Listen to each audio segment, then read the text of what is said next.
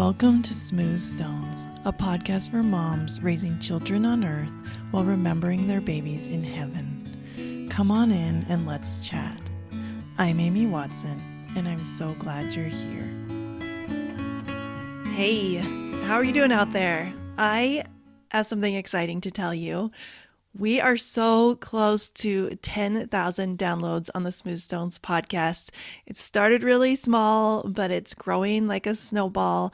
And something that really, really helps is if you would share the podcast. If you're in any loss groups or support groups, or you have a platform where you can share, would you share a favorite episode or tell people that you've learned a lot of good things from this podcast? I would really, really appreciate it. I really want to get to 10K downloads, and when I do, maybe I'll have to do something fun over on Instagram. I'm at amy.smoothstonescoaching, but please share the podcast.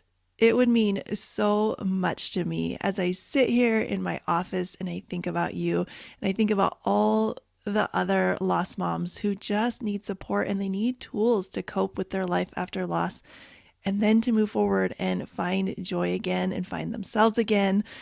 I just want everyone to be able to listen to the podcast. So please share. And if you have a minute, rate and review. I would love that too. It really helps. But I'm excited and I thank you for being here. I thank every one of you. When I look at my statistics, it's not about the numbers. It's about what the numbers represent. And I know that each listen is a person who has been through something really, really hard, but who has found a safe place here and who has found healing and growth. And it means so much to me. I'm not expressing it very well, but none of this is about the numbers for me. It's all about you, the individual person listening to this right now. And I'm so honored that you would give me your time and your attention just for a little while each week. Valentine's Day is coming up. And so this episode is for the romantic relationships in our lives. Hopefully you only have one, but if you have more than one, you've got no judgment coming from me.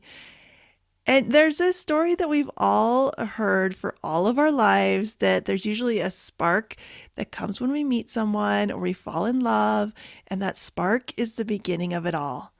Then life goes on, and soon the honeymoon period is over.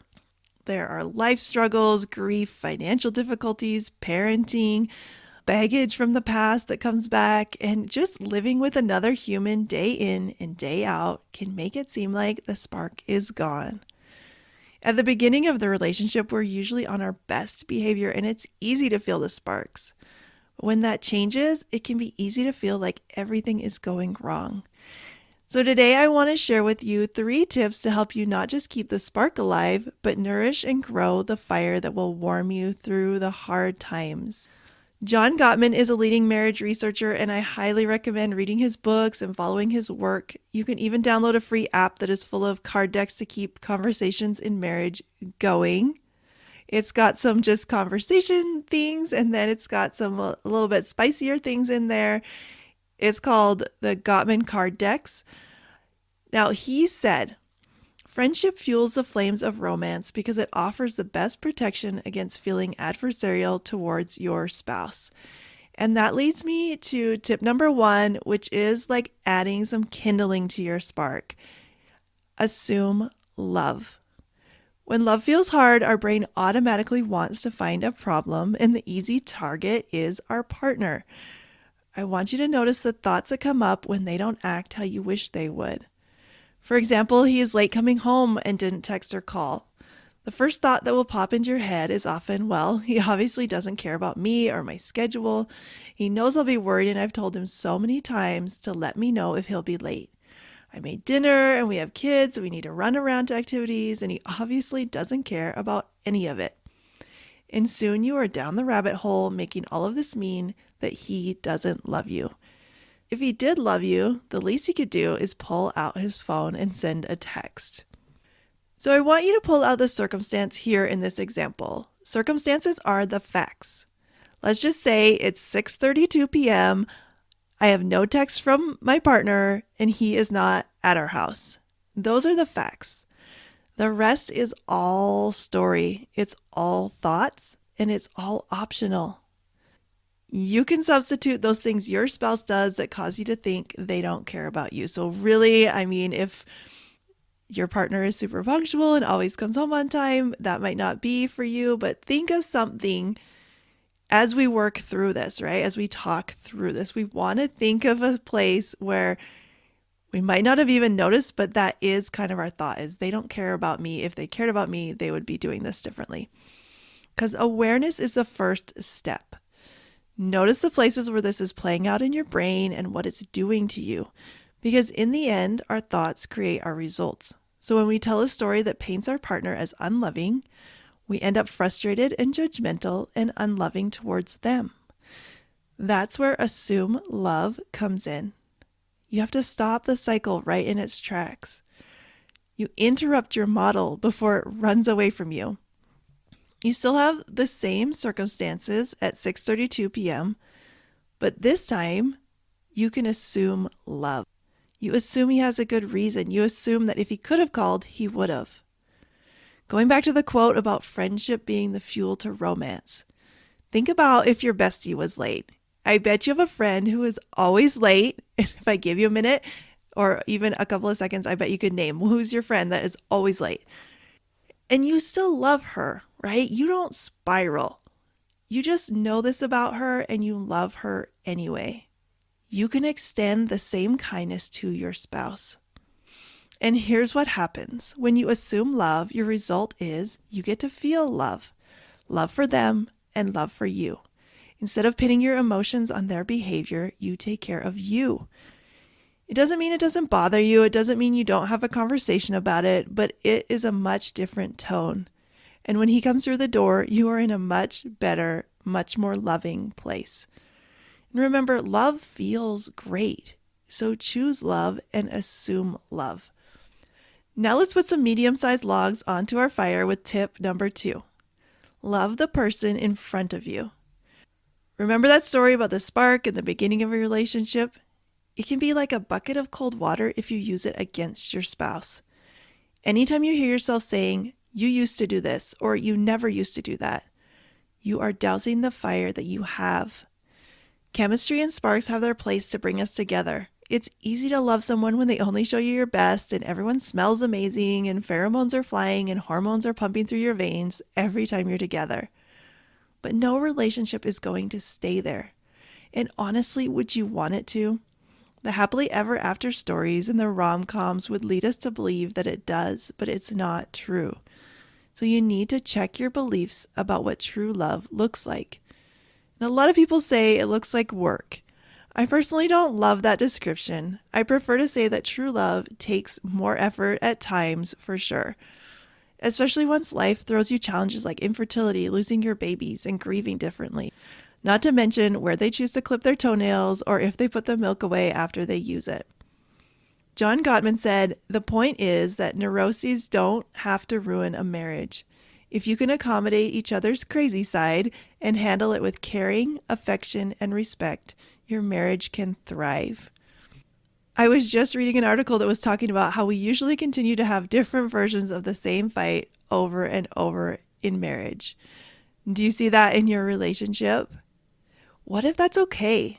What if there are just things you aren't ever going to fully resolve and you love your person anyway?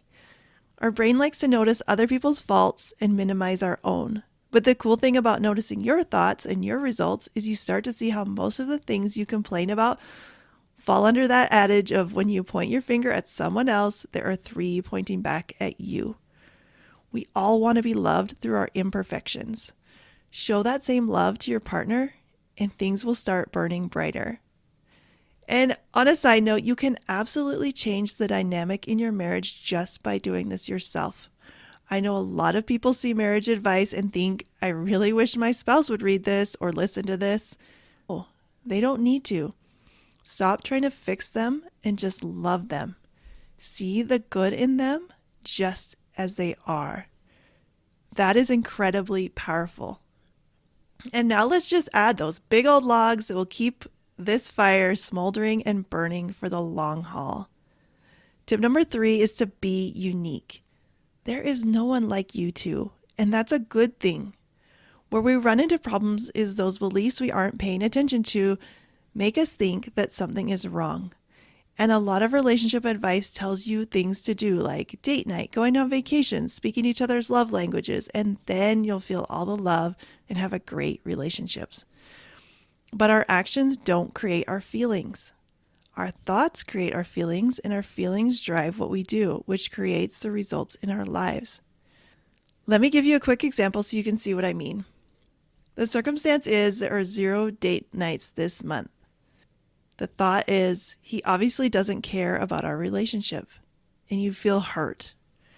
In the action line, we have give the silent treatment, expect him to read your mind, make passive aggressive comments, send him marriage podcast links, don't notice what he is doing, put everything on him, spin in those negative thoughts. And your result is I find evidence that the thought is true, right? We keep finding evidence that he doesn't care.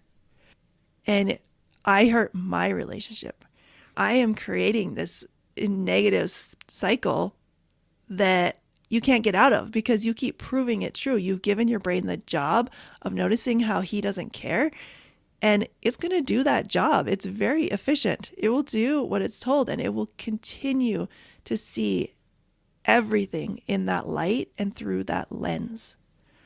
Now, this is a really common series of events, and over time it can really wear down your relationship instead of continuing to build the fire. But what if you allowed your relationship to be unique? You took some time to write down all the chatter in your brain about how relationships should look, and you burn it, metaphorically or for real. Then you start a fresh list of all the things that are working, that you love, that are fun, that show you that your relationship is succeeding. My daughter was just sharing about how she drove a few hours with her boyfriend to visit his family, and I asked what they talked about, and she said they usually just listen to audiobooks and they don't really talk. And they love that. It's fun for them and they enjoy it. So even though I may have a belief that you should talk on road trips, she doesn't. And she doesn't make it mean anything that they aren't talking, because they love what they are doing and they like each other and they're friends, and friends listen to books in the car. And it takes some effort to dig these beliefs out. I never really questioned the belief that I have about talking in the car. I might even have thought that if my husband and I aren't talking on drives, that there is a problem. That is what my brain offers to me. And I noticed it when my daughter told me they don't talk. So my challenge to you is to really dive into how your relationship is unique. Drop all the Hallmark Channel fairy tale stuff and just start loving what you have. And if you want something to be different, remember, take accountability for that. Make things happen that are fun for you. Make it unique to you. And don't worry about all the other things. At the beginning of our relationship, we have a lot of thoughts about how cool each other are and how much we like each other. And we don't have a lot of the other thoughts like how loud someone chews. And if things are going well for you, I want you to take the time to thank yourself for that. You are creating it. You are thinking thoughts that create love. You are not thinking thoughts that bring judgment or resentment. You are tending to your fire without even noticing. But noticing the good is just as important as noticing the problems. I was recently talking to a friend, and she was saying, well, people keep coming to me for marriage advice and I just don't know what to say because my husband's just perfect. And, you know, it's not me, it's him. He's so amazing. He's so fun to be married to. And I was asking her a question like, what are you doing? What are you thinking? I bet there are people in the world who would not like to be married to your husband. And it was kind of a light bulb moment for her. And she said, yeah, actually, he's really opinionated and he states what he thinks. And she had this list of characteristics that she adores and she loves. And so she sees him as like the perfect husband. And she isn't giving herself the credit for what she is thinking and what she is not thinking. But when we become aware, we can just say, oh, wow. Like this is what I'm doing. This is what I'm not thinking. I'm not thinking thoughts that are judgmental or that are creating resentment. So give yourself a pat on the back and notice it, and notice the places where your model is working and you don't even see it. And that was what I had pointed out to her, was you have these models that are creating great results in your marriage. They're creating great results, and it is coming from you. Even if you're married to a saint, you are still part of that equation. And so own that and love it. If you want that spark to turn into a long-lasting flame that creates shimmering coals that are the absolute best place to roast the perfect golden brown marshmallows, which I have to tell you is one of my specialties. I don't even like eating marshmallows, but I can make the perfect toasted marshmallow. Here's what you got to do. Assume love the person in front of you, and let your relationship be unique. Take responsibility for how you're showing up, work on yourself, and you'll be amazed what can happen. I hope you have a wonderful Valentine's Day, and every day is a blessing, even the hard ones. Creating your own burning eternal flame takes effort, but it is so worth it. I'll see you next time.